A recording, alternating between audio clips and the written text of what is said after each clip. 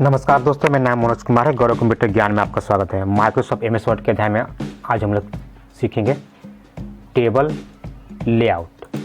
तो चलिए शुरू करते हैं। तो यहाँ पे मैं क्लिक किया दोस्तों, मैं यहाँ पे क्लिक किया। आपको क्लिक करने के बाद अब मैं इसमें कुछ टाइप करूँगा, कुछ टेक्स्ट को टाइप करता हूँ मैं।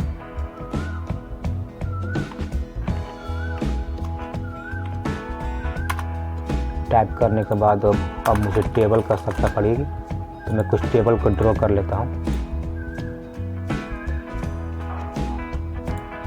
ठीक है दोस्तों, मैं टेबल को ड्रॉ कर लिया इस तरह से समझाने के लिए। अब हमारे पास इसमें हम कुछ टाइप कर देते हैं। ठीक है, इसमें टाइप कर दिए दोस्तों।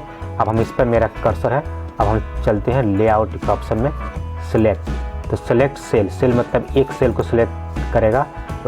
उसके बाद जो भी आपको करना है, बड़ा छोटा करना चाहते हैं कर सकते हैं, इसका कलर करना चाहते कर सकते हैं, क्योंकि एक सेल को मैंने सेलेक्ट किया है। उसके बाद फिर जाते हैं लेआउट में। उसके बाद अगला ऑप्शन हमारे पास है सेलेक्ट कॉलम। तो पूरा कॉलम को सिलेक्ट कर लेगा। अब इसके हिसाब से जो भी काम करना है आप कर सकते हैं। ठीक है, उसके बाद फिर नेक्स्ट हमारे पास है सेलेक्ट रो। पूरा रो को सेलेक्ट कर लेगा। जो भी अप्लाई कीजिएगा तो पूरा ही सेलेक्ट रो पर अप्लाई होगा। उसके बाद भी हम वापस इसको चल जाते हैं। उसके बाद हमारे पास है सेलेक्ट टेबल। पूरा सेलेक्ट टेबल को सिलेक्ट कर लिया। जो भी काम कीजिएगा तो पूरा सेलेक्ट टेबल पर इसका अप्लाई होगा। उसके बाद फिर लेआउट में जाते हैं। पूरा हो गया ख़त्म सेलेक्ट का ऑप्शन का। उसका प्रॉपर्टी में आते हैं। प्रॉपर्टी में आने के बाद इसको थोड़ा सा मैं छोटा कर देता हूँ कि आपको समझ में आए। ठीक है ना। उसके प्रॉपर्टी में जाने के बाद सबसे पहले इसमें सेंटर पर आते हैं। क्लिक करेंगे तो आपका टेबल सेंटर में हो जाएगा। उसके बाद लेफ्ट में क्लिक करेंगे तो लेफ्ट में हो जाएगा। उसके बाद आपको राइट में क्लिक, राइट में क्लिक था, लेफ्ट में तो लेफ्ट में हो जाएगा। उसके बाद आपको यहाँ पर आपको देख लीजिए, इसको ये आपको इसके बीच में हो जाएगा, जो लिखे हुए बीच में हो जाएगा। इसके बाद फर्स्ट में हो जाएगा। फिर इसको बीच में हम लोग कर लेते हैं। अब देखिए, इसको टेक्स्ट के बीच में मेरा सेव हो गया है। अब देखिए यहाँ पर क्लिक करेंगे, देखिएगा यहाँ पर क्लिक है, ये है सेंटर में हो जाएगा आपका। उसके बाद राइट में हो जाएगा। इस तरह से इसको यूज कर सकते हैं। फिर शुरू में करना, फर्स्ट में कर दीजिए। इस तरह से इसको कर सकते हैं। नन कर दीजिए। उसके बाद आते हैं ड्रा टेबल। तो अब इसको हम लोग को इसको बड़ी कर लेते हैं। ठीक है, ड्रा टेबल में क्या हो जाएगा, पेंसिल आ जाएगा, जिससे आप ऐसे आपको अपना मन से और इसमें ड्रा करने का चाहते हैं ड्रा कर सकते हैं। इस तरह से अपना मन से। ठीक है, अब इसको हटाने की इच्छा है तो आप इसको हटा भी सकते हैं। यहाँ से ऐसे करके यहाँ पूरा सेलेक्ट कर लिया है। एक एक लाइन को आप हटा सकते हैं। देखिए ऐसे करके क्लिक कर करके ऐसे करेंगे हट जाएगा। ऐसे करेंगे तो ये हट जाएगा। ठीक है, इस तरह से क्लिक करके भी हटा सकते हैं। क्लिक करके भी हटा सकते हैं। क्लिक कीजिए, क्लिक कीजिए, क्लिक कीजिए, क्लिक कीजिए, क्लिक कीजिए, इस तरह से भी हटा सकते हैं। हट गया। अब हम लोग इसको पूरा को करते हैं डिलीट। ठीक है ना। फिर से हम लोग एक लेते हैं टेबल। ठीक है, ऊपर कर्सर मैंने रखा।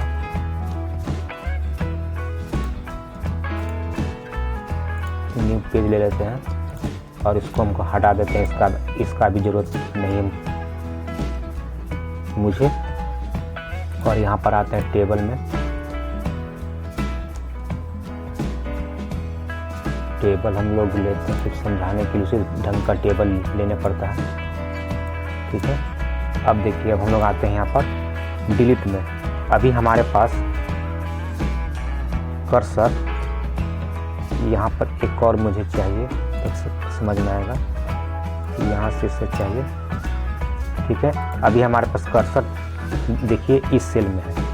ठीक है, इस सेल में कर्सर है। अब आते हैं यहाँ पर डिलीट। अब देखिए डिलीट सेल, ठीक है ना, डिलीट सेल। अभी हम डिलीट सेल पर क्लिक करेंगे तो यहाँ पर आ जाएगा। अभी यहाँ पर आपको देख लेना है, देखिएगा शिफ्ट सेल लेफ्ट, इसे क्लिक करेंगे तो देखिए यहाँ पर जो आपको कटा, ठीक है, आप देखिएगा यहाँ से शिफ्ट सेल लेफ्ट, ठीक है, इस तरह से कटा। अगर इसमें हम कुछ टाइप कर देते हैं तब अब देखिए शिफ्ट सेल लेफ्ट, देखिए डिल भी कर दिया, इसको काट भी दिया। वापस करते हैं इसको। अब इसी में आते हैं हम लोगों को शिफ्ट सेल अप, ठीक है, इसी में आते हैं शिफ्ट सेल डिलीट, रो की कर देगा आपको डिलीट, जिसमें आपको कर्सर रहेगा याद रखिएगा। उसके बाद कॉलम का कर देगा डिलीट, ठीक है ना। यहाँ से भी कर सकते हैं कॉलम, एक ही चीज़ है यहाँ पर, या फिर रो, इसमें एक ही चीज़ है, या पूरा टेबल को कर देता है डिलीट, ठीक है। उसके बाद हम लोग नेक्स्ट आते हैं, इसमें हम लोग एक सेल लेंगे तब आपको अच्छा से समझ में आएगा। एक सेल मैंने इसको ले लिया और यहाँ पर इसको रखेंगे, छोटा कर देते हैं कि समझाने में ज़्यादा अच्छा रहेगा। अब देखिए यहाँ पर ऊपर देखिए एक और सेल आ जाएगा ऊपर में, यहाँ पर नीचे में आ जाएगा 3 सेल हो जाएगा, यहाँ पर एक और सेल हो जाएगा इंसर्ट इस तरह से, फिर यहाँ पर ई पट्टी एक और आ जाएगा, ठीक है, इस तरह से। अब देखिए मर्ज सेल, अब चाहते हैं कि जो लाइन हट जाए ये पूरा यहाँ पे मर्ज कर देंगे, इस तरह हट जाएगा, फिर इसको ला देते हैं। फिर मेरे पास सेकंड है, ये क्या करता है, इस सेल को कम कर देगा, यानी कि देखिएगा यहाँ पर आपको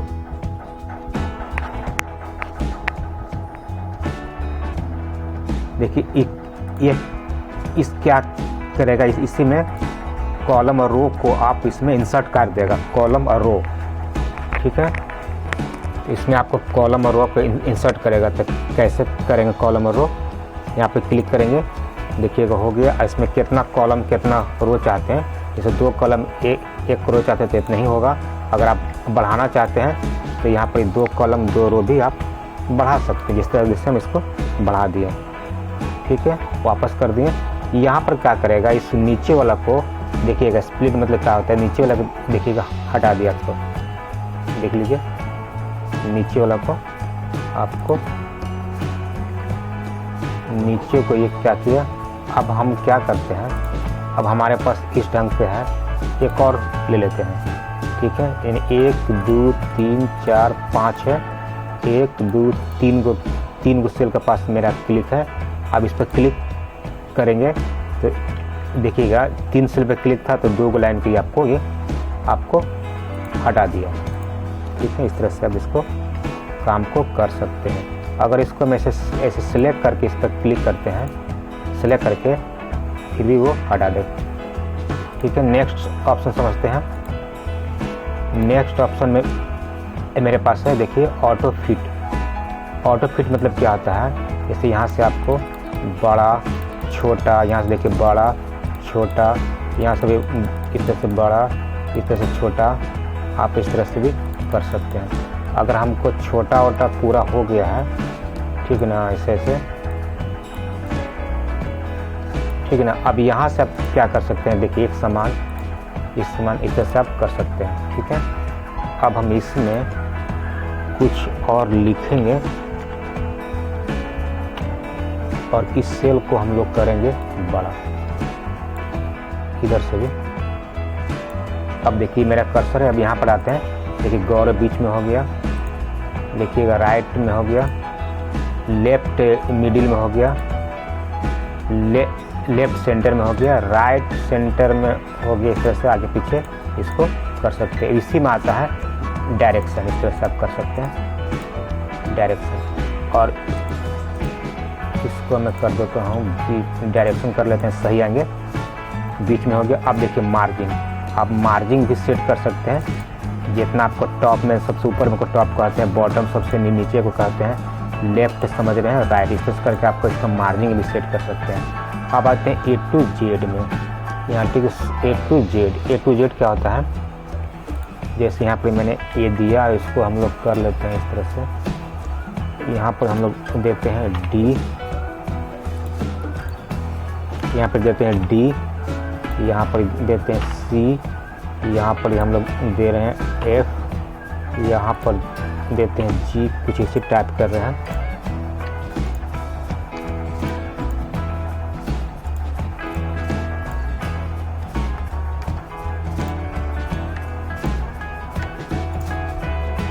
अब देखिए यहाँ पर पूरा को मैंने क्या किया, सिलेक्ट किया।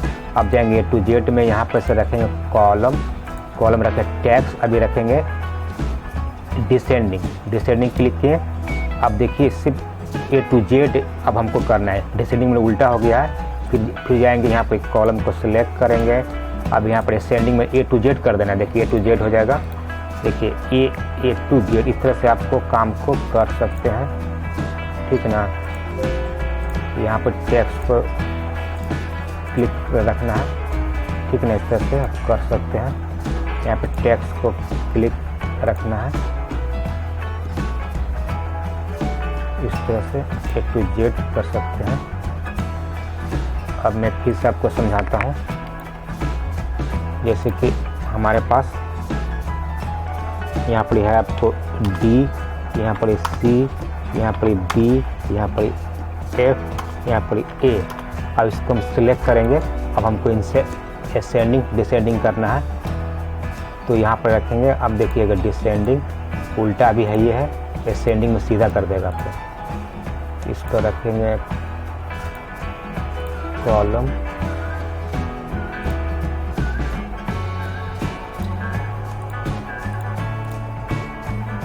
कर्सर के यहाँ रखेंगे।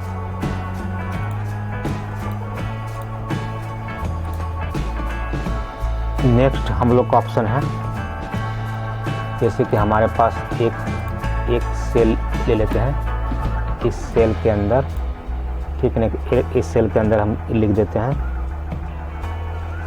इसमें 6 5 4 2 1 2, इस तरह से हमको लिखा हुआ है।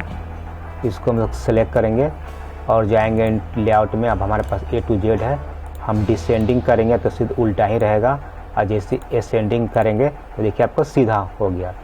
इसी तरह से आप ए बी सी डी को भी कर सकते थे।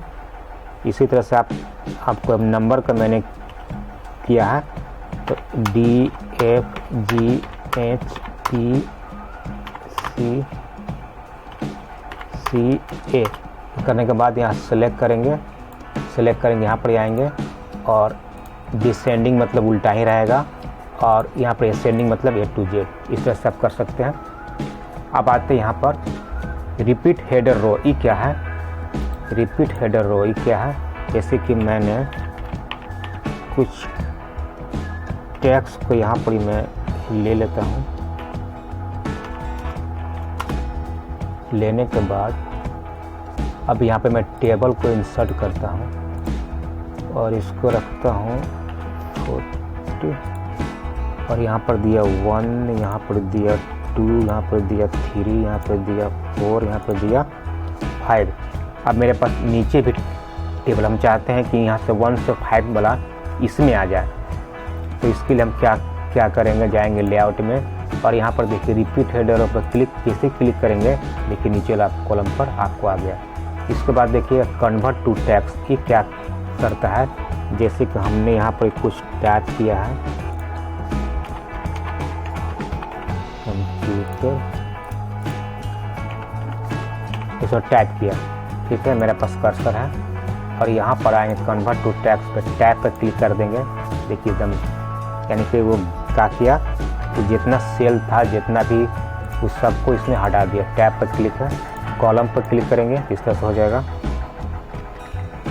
और इसमें क्या कर सकते हैं, पैराग्राफ इस तरह से हो जाएगा, पैराग्राफ टाइप, ठीक है। नेक्स्ट हम लोग चलते हैं, जैसे कि हमको 1 2 3 4 इसको हमको जोड़ना होगा, तो यहाँ पे देखिए फार्मूला है, यहाँ पर देखिए सम लेफ्ट, यहाँ पर लेफ्ट है तो लेफ्ट में रखिएगा, जोड़ दिया। अगर ऐसा आपको आ जाए 20 30 ऐसा आपको जोड़ना है, तो फार्मूला में आ जाइएगा, यहाँ नीचे लिखिएगा एबव, तो उसको आपको जोड़ देगा। और बाकी सब हम लोग एक्सेल में सीखेंगे ये फार्मूला का उपयोग। तो आई होप मेरा वीडियो अच्छा लगा तो लाइक कीजिए, शेयर कीजिए। मिलते हैं नेक्स्ट वीडियो में, तब तक के लिए बाय।